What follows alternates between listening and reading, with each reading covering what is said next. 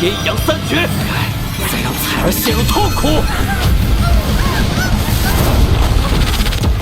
Halo guys, balik lagi sama Gofreng. Gimana kabar kalian? Baik-baik aja ya kan? Di video kali ini kita akan kembali melanjutkan pembahasan rekap alur cerita Donghua Throne of Steel alias Perjalanan Putra Cahaya Long Hao Chen. Buat teman-teman yang baru gabung, Mimin saranin nonton dulu pembahasan bagian sebelumnya supaya kalian gak gagal paham. Linknya ada di kolom deskripsi ya guys ya.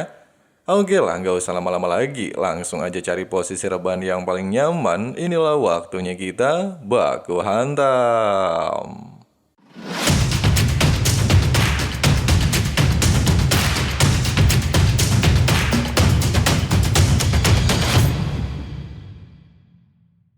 Di saat beberapa pasukan menyambut kemenangan mereka, serta membicarakan tentang kesatria suci alias Long Hao Chen, sosok kupu-kupu berwarna merah tiba-tiba saja muncul di area ini. Bahkan tanpa sepengetahuan pasukan lain, sang kupu-kupu malam dengan cepat menyerang satu persatu pasukan pertahanan. Melihat kejadian barusan, seorang prajurit lantas melaporkan hal ini kepada Seng Yu. Meski sempat terkejut mendapatkan laporan tersebut, kakek Sai-er lantas mencoba untuk memeriksa penyakit yang dialami anggotanya di area tim pengobatan. Dikarenakan simbol ini sangatlah misterius dan merupakan teknik terlarang salah satu dewa iblis, Seng Lin Xin bertujuan keluar wilayah gerbang perbatasan demi menemukan cara mengatasi teknik terlarang tersebut. Sebelum benar-benar meninggalkan benteng perbatasan, menyadari aksi yang dilakukan Seng Lin Xin bersama Sai-er sangatlah jauh dari jangkauan teleportasi tim penyihir, kakek Yu lantas memberikan token darurat untuk mereka, di mana token ini bisa digunakan saat berada dalam situasi terdesak. Setelah mengerti dengan perkataan tersebut, Seng Lin Xin segera memimpin beberapa komandan elit menuju lokasi inti sarang klan iblis. Pasca kepergian Seng Lin Xin, walaupun emaknya Sai-er meminta sang kakek agar tidak mencemaskan putranya dan beranggapan jika mereka pastilah bisa menyelesaikan misi ini, tapi menurut analisa kakek Yu, dia merasa kejanggalan terhadap serangan ini, di mana ras iblis memiliki rencana yang cukup matang, sehingga alasan inilah yang membuat Seng Yu begitu khawatir dengan kelompok putranya. Sementara itu, demi menghindari hal yang tidak diinginkan, Seng Lin Xin terlihat menempatkan beberapa segel formasi sebagai petunjuk, sehingga bisa mereka gunakan untuk berteleportasi kembali ke markas. Terlebih lagi, mengetahui wilayah ini sangat luas, Bapak Sai-er lantas membagi 4 tim. Long Hao Chen bersama Sai-er ditugaskan menelusuri camp barat, sedangkan sisanya bergerak ke arah lain.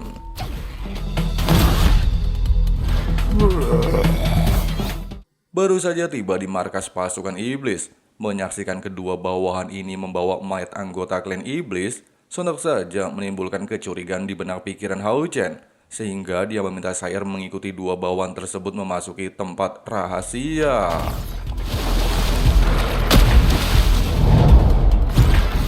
Setelah melakukan penelusuran serta menemukan titik pengorbanan darah, Sai-er pada awalnya menyarankan Hao Chen melaporkan kejadian ini kepada Seng Lin Xin. Namun belum sempat meninggalkan goa terlarang, tanpa terduga sosok pemimpin iblis kelelawar tingkat 8 mengetahui keberadaan mereka, sehingga membuat kondisi seketika memburuk. Walaupun sempat berada di tengah-tengah kepungan pasukan kelelawar, serta disibukkan dengan berbagai serangan dari segala arah, akan tetapi berkat teknik gabungan sepasang sejoli ini, mereka berhasil menaklukkan iblis tingkat kroco. Melihat kematian anggotanya, sang pemimpin kelelawar tanpa pikir panjang melepaskan gelombang ledakan sonik untuk membatasi pergerakan dua bucin. Sedangkan Hao Chen dengan cepat mengaktifkan perisai matahari dan bulan untuk memblokir serangan tersebut. Dan ternyata...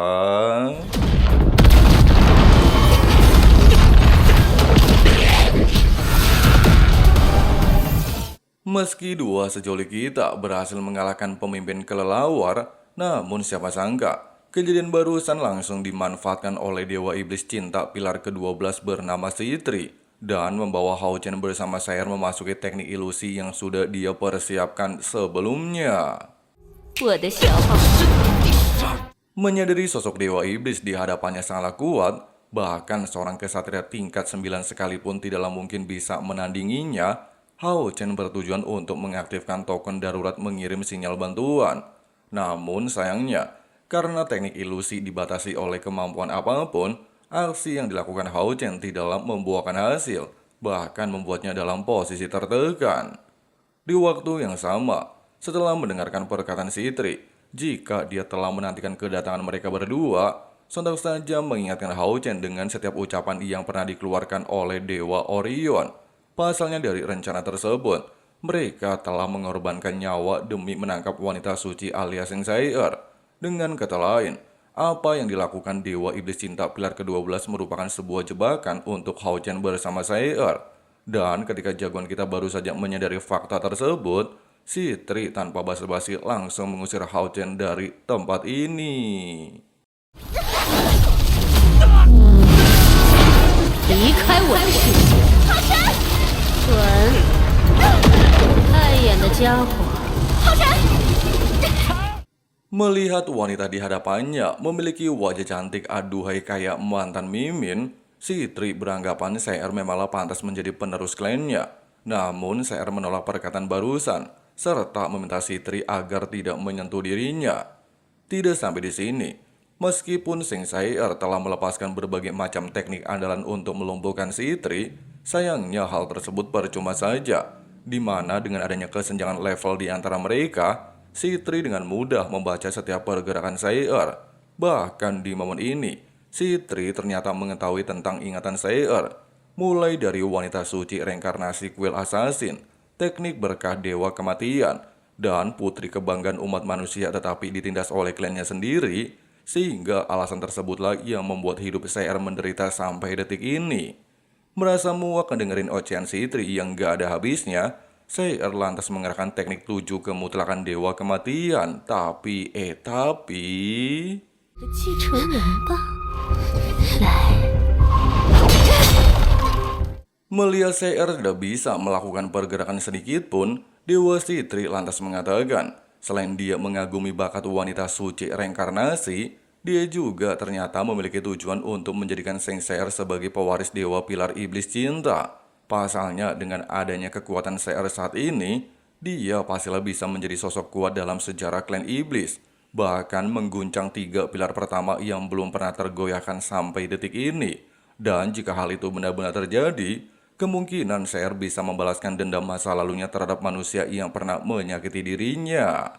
Bukannya menuruti permintaan barusan, Sayer justru menolaknya dengan alasan kalau dia lupa ingatan. Melihat dan mendengar perkataan ini memanglah sebuah fakta, serta dia juga tidaklah ingin kerja kerasnya sia-sia. Si Tri tanpa terduga menggunakan teknik kekacauan kupu-kupu untuk memaksa kembali ingatan Seng Sayer. 一一浮现在你眼前。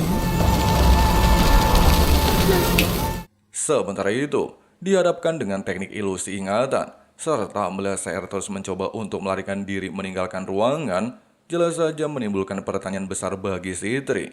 Pasalnya jika hanya ilusi, kenapa dia tidak berani menghadapinya secara langsung? Sehingga Dewa Siti beranggapan, semua penderitaan yang dialami Sayer bukanlah karena hilang ingatan, melainkan sebuah pengorbanan. Oleh sebab itu, si Tri bertujuan untuk membantu Sayer kembali mengingat setiap penderitaan masa lalunya ketika melakukan ritual gadis reinkarnasi, dan menegaskan jika dia tidaklah mungkin bisa keluar dari teknik jiwa tersebut. 拥抱痛苦的过去，帮你彻底揭开这道伤，马上就是我的了。玩得开心，你就好好享受这段旅程。你可是没法。 Tepat di momen genting, ketika si Tri memiliki keyakinan penuh bahwa Sayer akan menjadi penerusnya, Long Hao Chen datang di waktu yang tepat dan langsung melepaskan serangan tepat ke arahnya. Walaupun kemunculan Hao Chen sempat mengejutkan si Tri, namun mengingat sebagian kekuatannya telah digunakan untuk mempertaruhkan ilusi ingatan, si Tri memutuskan untuk menghindari pertarungan tersebut. Di waktu yang sama, ngelihat si Tri masih bersikeras menjaga Sayer, Hao Chen lantas menanyakan apa yang ingin dia lakukan. Si Tri beralasan jika cuman pengen membantu kekasihnya mengembalikan setiap memori ingatan sebelumnya. Merasa perkataan barusan terlalu berlebihan, Long Hao Chen menyarankan si Tri untuk menghentikan tindakan tersebut. Bukannya menerima saran ini, si Tri jelas menolaknya dengan alasan tidak ada satu orang pun yang bisa mengganggu tahap kesempurnaan jiwa. 你是寻回神。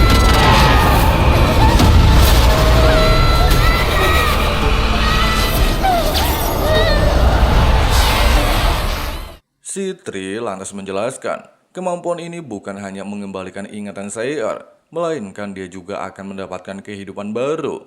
Sambil mengenang beberapa memori sebelumnya, serta menyadari hal tersebut akan menyakiti sang pujaan hati, dan kemungkinan membuat Sei'er merasakan penderitaan, Long Hao Chen tanpa belas kasih langsung mengombinasikan teknik matahari membakar langit dan teknik penghakiman keagungan matahari. 微阳之盼，天阳三绝，再让彩儿陷入痛苦。 Melihat Hao Chen menghampiri Sei'er, serta menggunakan energi spiritual memulihkan kondisinya, si Tri jelas tidak akan tinggal diam. Bahkan dia melakukan segala cara untuk menghentikan aksi Hao Chen. Dengan alasan hal tersebut bisa saja menghancurkan ingatan Sei'er menjadi penerus Dewa Pilar Iblis Cinta nantinya. Dan tiba-tiba...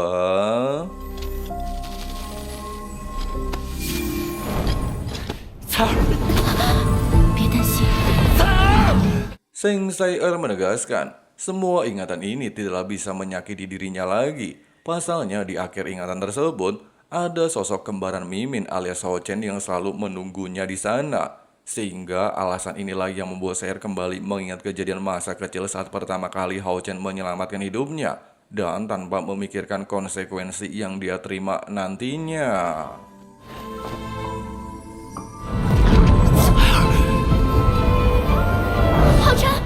Setelah berhasil membawa Seng Sei'er keluar dari teknik ilusi ingatan Dewa Si Tri, Sei'er lantas mengatakan, walaupun ingatannya belum pulih sepenuhnya, tetapi dia telah menemukan kenangan pertamanya bersama Long Hao Chen, di mana ternyata mereka berdua sudah berteman cukup lama. Oleh sebab itu, demi mengalahkan pilar Dewa Iblis ke-12, Seng Sei'er lantas meminta Hao Chen untuk bertarung seperti masa-masa kecil pada waktu itu.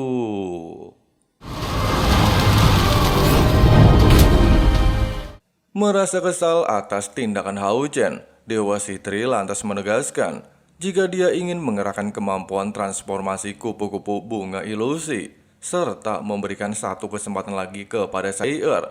Apakah dia bersedia menjadi penerus pilar iblis cinta ke-12? Namun sayangnya, dikarenakan Seng Sei'er menolak tawaran ini, Si Tri tanpa basa-basi langsung melepaskan teknik perubahan kupu-kupu dewa. Di saat Hao Chen terdesak, barrier cahayanya kesulitan memblokir kemampuan Dewa Si Tri yang sudah berada di level 9, tetapi untungnya saja, berkat adanya kemampuan teleportasi bapaknya Sei'er, mereka berdua akhirnya berhasil meninggalkan area tersebut. 还好收到了你们的求援信息，走。还能逃得掉吗？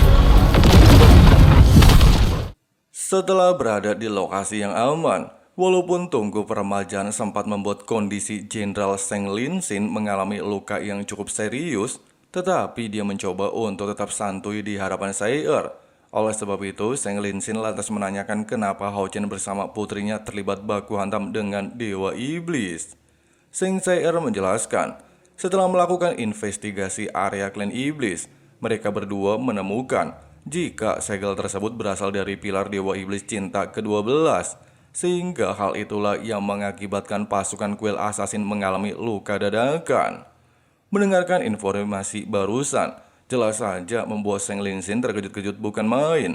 Namun belum sempat mengatakan sepatah dua kata, sirine gerbang perbatasan tiba-tiba berbunyi, yang menandakan ras iblis telah melakukan aksi penyerangan.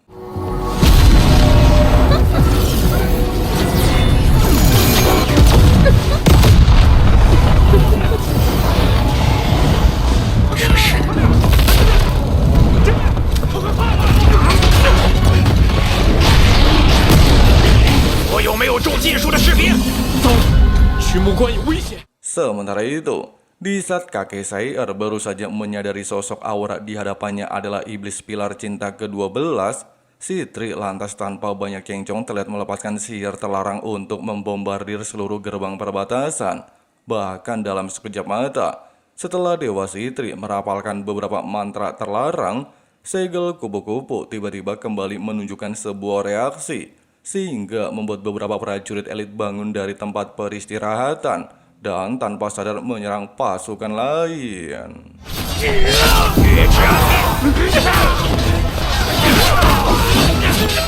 Melihat kejadian tersebut, Sheng Yu lantas mengaktifkan barrier untuk melindungi seluruh anggota kuil assassin, serta meminta untuk memasuki barrier tersebut. Meskipun begitu, namun kemampuan yang dikerahkan Sheng Yu tidaklah mampu bertahan lama. Pasalnya, Dewa Sitri kembali melepaskan teknik selanjutnya dan memerintahkan ras iblis untuk menyerang area pusat benteng pertahanan, sehingga menimbulkan kericuan luar biasa hebat, serta membuat seluruh anggota yang terkena segel kupu-kupu menyerang anggota lain.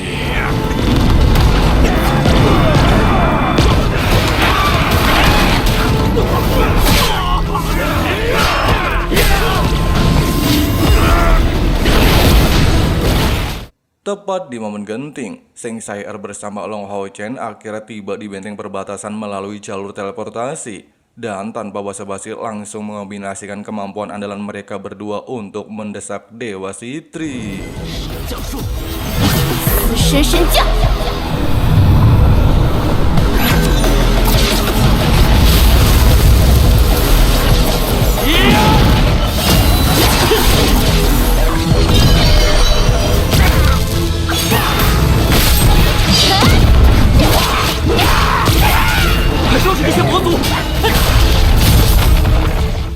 Merasa tindakan ini sudah terlalu berlebihan, Sitri lantas memperingatkan Hao Chen bersama Sei'er.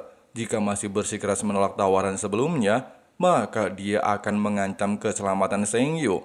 Oleh sebab itu, Dewa Sitri kembali memberi Sei'er satu kesempatan. Jika dia tidak ingin ikut bersamanya, benteng kuil assassin akan hancur di tangannya. 你们逃不掉的。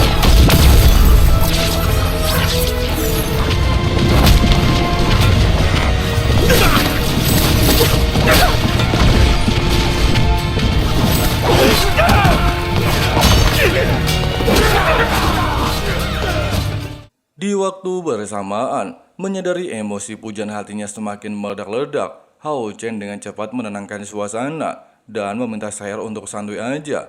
Pasalnya dia tidaklah mungkin membiarkan tempat ini hancur begitu saja.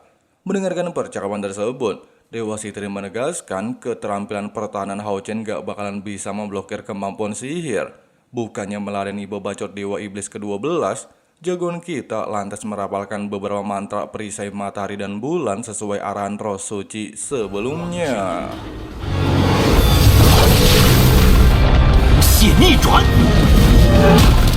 Kejadian barusan sontak saja mengejutkan Sitri. Pasalnya bagaimana mungkin perisai matahari dan bulan dengan mudah memblokir serangan tersebut? Hao Chen menegaskan, bukan cuma bisa nahan kemampuan sihir doang ataupun level tinggi, tetapi dapat mengembalikan semua teknik yang dikerahkan Sitri sebelumnya. Dan tiba-tiba...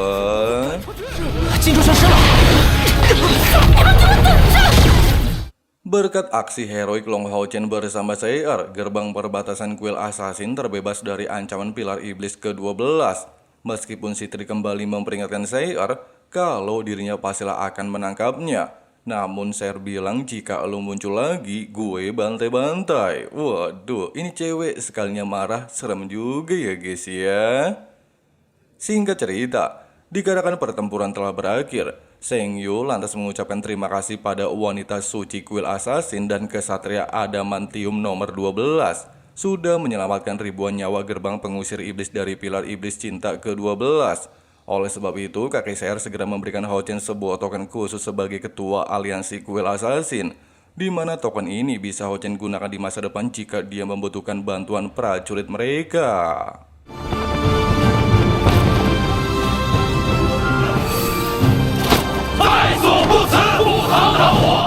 Malam harinya, seluruh anggota bersama para petinggi kuil assassin terlihat mengadakan upacara penghormatan karena terbebas dari ancaman ras iblis. Di sisi lain, Long Hao Chen dan Sheng Sai lagi asyik naik kapal terbang. Tidak sampai di sini, Sei'er tiba-tiba saja mengungkapkan isi hatinya kepada jagoan kalian, di mana dirinya kembali merasakan jatuh cinta sejak pandangan pertama. Walaupun sempat hilang ingatan, dan tidaklah mengingat apapun tentang sifat aslinya di masa lalu. Namun kali ini jauh lebih berbeda. Pasalnya setiap kali Hao Chen berjuang keras menyelamatkan hidupnya dari ancaman para dewa iblis, Sai-Er benar-benar menemukan sebagian ingatan yang pernah hilang di dalam hatinya. Mendengarkan hal itu, Long Hao Chen meminta sang kekasih jangan pernah memikirkan hal lain, di mana Sing Sai-Er tetaplah akan selalu menjadi sosok wanita yang dia cintai. Bahkan tidak peduli saat Sai-Er kehilang ingatan, dia tetaplah menyukai Sai-Er sampai akhir hidupnya. 一直是彩儿，很喜欢，很喜欢你。很喜欢你。彩， Keesokan harinya, sebelum meninggalkan gerbang kuil assassin, dikarenakan Han Yu sebentar lagi akan menyelesaikan ujian tahta Myrtil. Hao Chen berpesan kepada Sheng Yu jika dia mencari dirinya, maka Han Yu bisa menemuinya di perbatasan Jialing. Di waktu yang sama, meski perpisahan ini membuat emaknya Sai-Er tidak bisa berkata apapun lagi, namun demi kebaikan putrinya di masa depan, serta menuntaskan setiap misi yang diberikan 5 kuil, Han Yu cuma bisa pasrah melihat sang putri kembali melanjutkan perjalanan.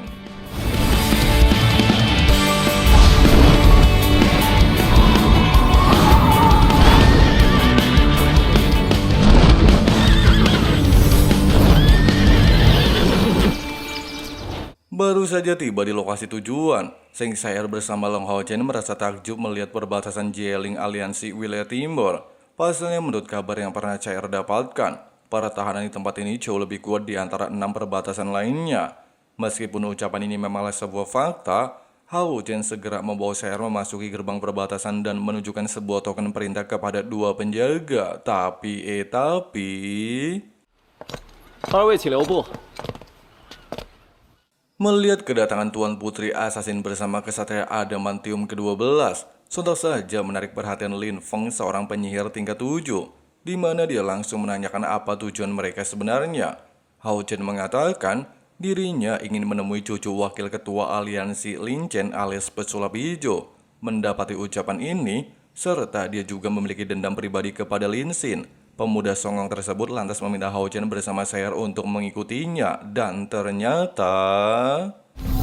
是风玉姐姐，你们什么意思？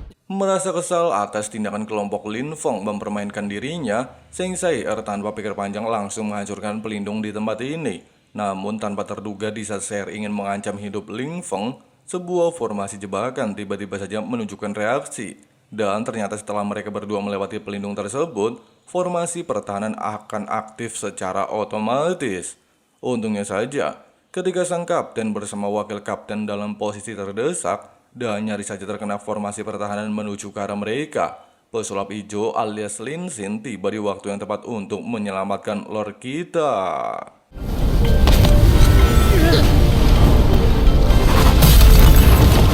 Pasca kejadian barusan, di saat Lin Feng secara diam-diam ingin menyerang Lin Xin, sosok wanita berambut merah alias Li Xin dengan cepat menghentikan tindakan Lin Feng, serta menegaskan jika dia berani macam-macam, Li Xin tidaklah akan pernah mengampuni nyawanya. Walaupun hal itu sempat memancing kemarahan Lin Feng, dan ngomel-ngomel nggak jelas karena nggak punya hak buat ngancam dirinya, Long Hao Chen lantas mencoba untuk memeriksa tangan kakaknya. Dan ternyata belum sempat Li Xin menjelaskan tentang hal tersebut, pesulap hijau yang udah enak banget sama bacot Lin Feng kayak emak-emak gak ada habisnya, tanpa basa-basi langsung melepaskan kemampuan sihir.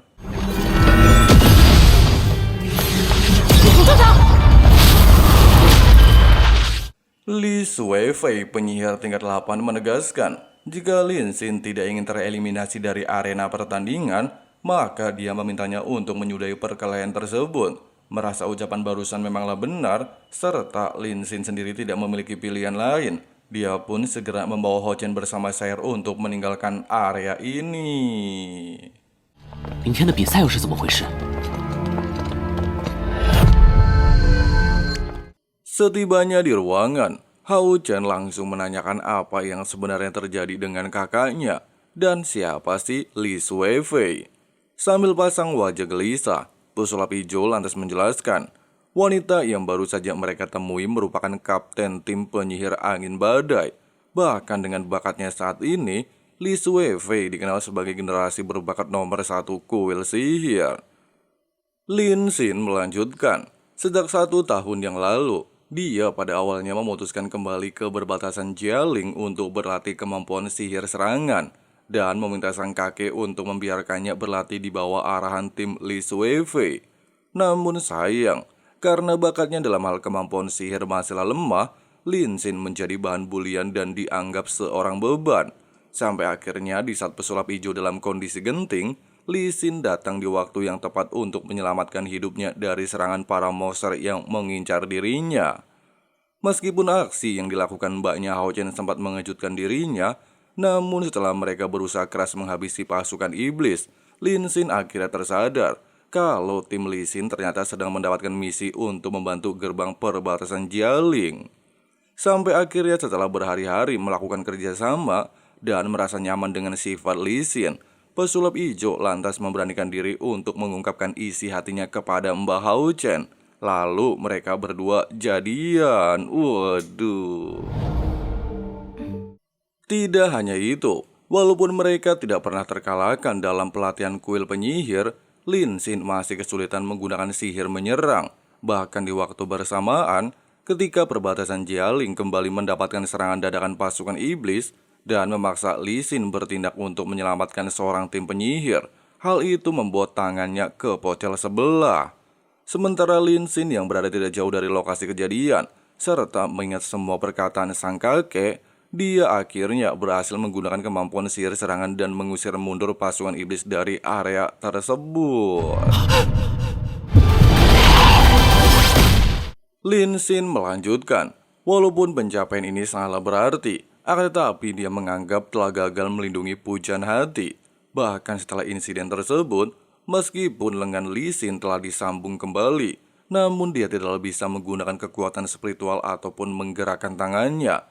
Sehingga kuil kesatria mengirim surat perintah agar meminta Li Xin keluar dari tim pemburu iblis dan tidak mendapatkan izin untuk turun langsung ke medan perang. Meski keputusan yang diambil kuil kesatria sempat mendapatkan protes dan beranggapan kalau Li Xin tidak lagi berguna memasuki tim pemburu iblis, bahkan harus berpisah dengan kelompoknya. Tapi untungnya saja di momen mengharukan ini, pesulap hijau mencoba untuk meyakinkan sang kekasih bahwa mereka berdua pastilah menemukan solusi menyembuhkan tangannya dan berjanji tidak akan pernah meninggalkan Li Xin sampai kapanpun.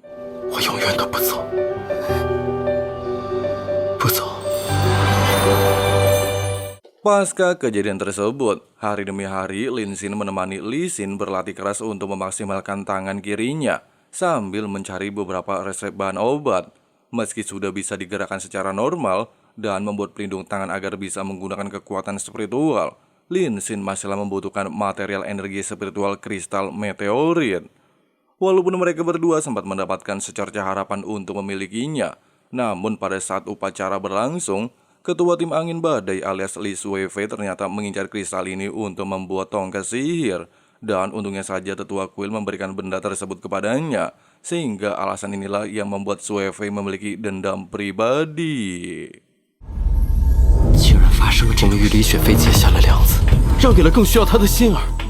Mendengarkan penjelasan barusan, sontak saja menarik perhatian Hao Chen. Andai saja waktu bisa diputar kembali, mungkin kakaknya tidak pernah mendapatkan luka separah ini. Meski Lin Xin mencoba untuk meminta maaf serta menyesali kesalahan tersebut, tapi Li Xin tidak mempermasalahkannya dengan alasan kalau tangan kirinya sudah kembali normal. Oleh sebab itu, dia meminta Lin Xin bersama Hao Chen untuk santuy aja. Pada awalnya, Hao Chen berniat membawa kakaknya menemui Xiaolei. Pasalnya keterampilan sihir kehidupan Xiaolei pastilah berguna untuk memulihkan tangannya. Sang kakak jelas menolak tawaran ini dan mengatakan, selain telah berhasil menguasai pelindung lengan meteorit, Li Xin juga sudah menerobos tingkat 7. Lalu menanyakan, bukankah tujuan Hao Chen ke tempat ini untuk membawa pergi Lin Xin dari perbatasan Jialing? Li Xin melanjutkan, semua masalah tersebut diakibatkan olehnya. Pasalnya setelah mereka berdua mendapatkan batu meteorit, Li Xin dikeluarkan dari tim Suifei pasukan angin badai, serta menganggap Lin Xin sebagai pemuda lemah yang tidak memiliki bakat dalam hal menggunakan sihir. Bahkan meskipun Lin Xin telah melakukan segala cara untuk bergabung dengan pasukan tim lain, namun mereka tetap menolaknya.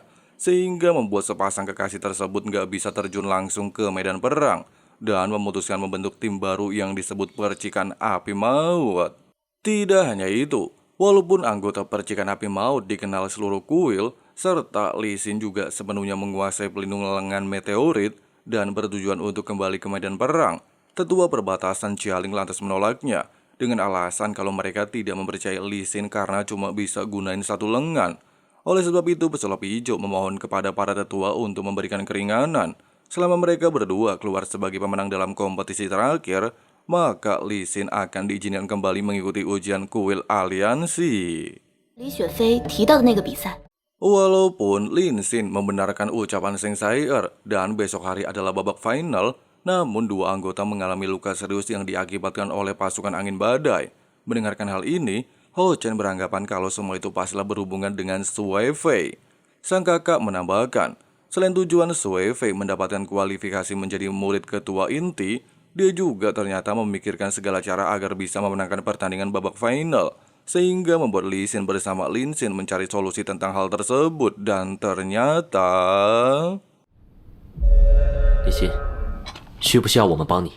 singkat cerita, kompetisi babak final akhirnya resmi diselenggarakan, di mana tim Percikan Api yang diketuai Lin Xin berhadapan dengan ketua tim Sui Fei dari pasukan angin badai.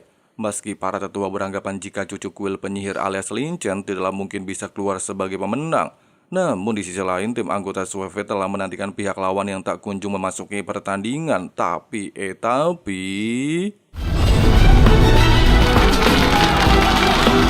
听说他们的火系魔法相当厉害。 快看，他们上场了！ merasa ada kejanggalan melihat dua orang tersebut, Sui Fei lantas menanyakan, bukankah Ling Feng sudah melaksanakan tugasnya dengan sangat baik? Tapi kenapa mereka bisa melanjutkan kompetisi? Lin Feng menjelaskan, hal ini tidaklah mungkin terjadi. Pasalnya dia telah memukul dua orang tersebut sampai benar-benar mengalami luka yang cukup serius. Bahkan Lin Feng menduga kalau kedua orang itu bukanlah anggota Percikan Api, melainkan Sing Saier dan Long Hao Chen. Di tengah-tengah percakapan ini, sang wasit menyatakan pertandingan babak final resmi dimulai. Namun sebelum perbaku hantaman dilanjutkan, meski Lin Xin sudah mengetahui rencana Sui Fei, dia bersama Lee Xin justru menantang ketua tim pasukan angin badai dan Lin Feng untuk menyelesaikan dendam di antara mereka. Mendapati tawaran ini, Sui Fei tanpa pikir panjang langsung menerima tantangan tersebut dan memerintahkan anggota lain untuk menghadapi sisanya.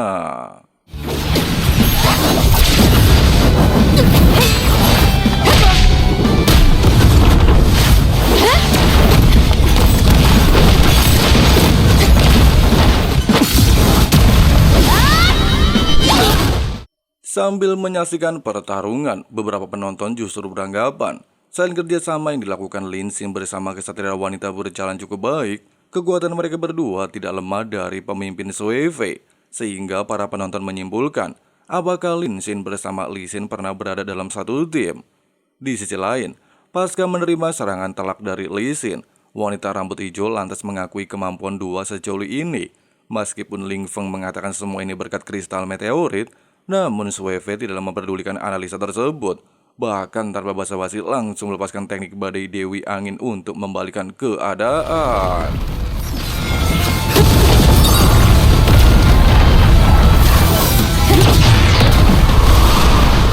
Tepat di momen ini, Lee Xin terlihat mengaktifkan teknik percikan api miliknya, sedangkan Lin Xin menggunakan keterampilan api ponik barat langit untuk mengombinasikan kemampuan serangan mereka berdua. 王炎天，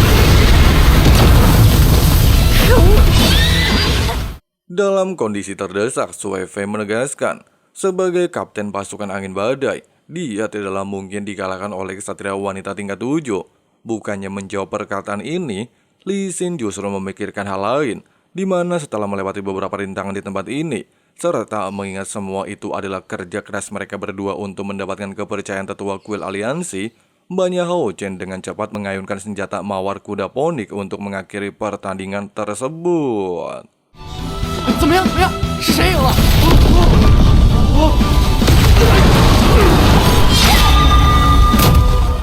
Sambil menyaksikan dua orang di belakang Lin Xin bersama Lee Xin, pikiran Ling Feng tiba-tiba saja memudar. Selain mendengar ancaman Sui Fei jika mereka kalah dalam pertandingan nantinya, dia akan diusir dari tim pasukan angin badai. Lin Feng juga beranggapan kalau dua orang itu pastilah Zheng Sai dan juga Hao Chen di tingkat 8, sehingga membuatnya tanpa sadar mengungkapkan jika tim percikan api telah melanggar aturan, di mana Lin Feng sudah melukai dua orang itu sampai terluka cukup parah, tetapi masih bisa melanjutkan pertandingan. 真是精彩。 Dua anggota percikan api lantas menjelaskan, berkat pil penyembuh yang diberikan Lin Xin, mereka dapat berdiri di atas arena pertandingan. Meskipun penjelasan ini sempat membuat Lin Feng tidak masuk akal, serta beberapa penonton merasa geram atas tindakan Lin Feng, bahkan menganggap Sui Fei nggak pantas jadi kapten pasukan angin badai ataupun menjadi murid ketua, dan memancing kemarahan Sui Fei untuk menghabisi Lin Feng. Untungnya saja wasit tiba di atas arena, serta menegaskan jika dirinya akan menyelidiki langsung masalah ini. Namun sebelum itu, sang wasit menyatakan bahwa Lin Xin bersama Li Xin berhasil memenangkan kompetisi terakhir kuil penyihir. 没想到李雪飞他们竟然自乱阵脚。 Di tengah-tengah momen kebahagiaan tersebut, di saat Hao Chen berjanji kepada Sair kalau mereka berdua lebih romantis dari kakaknya dan pesulap hijau, namun tanpa terduga hal mengejutkan benar-benar terjadi. Perbatasan Jialing diserang oleh pasukan iblis.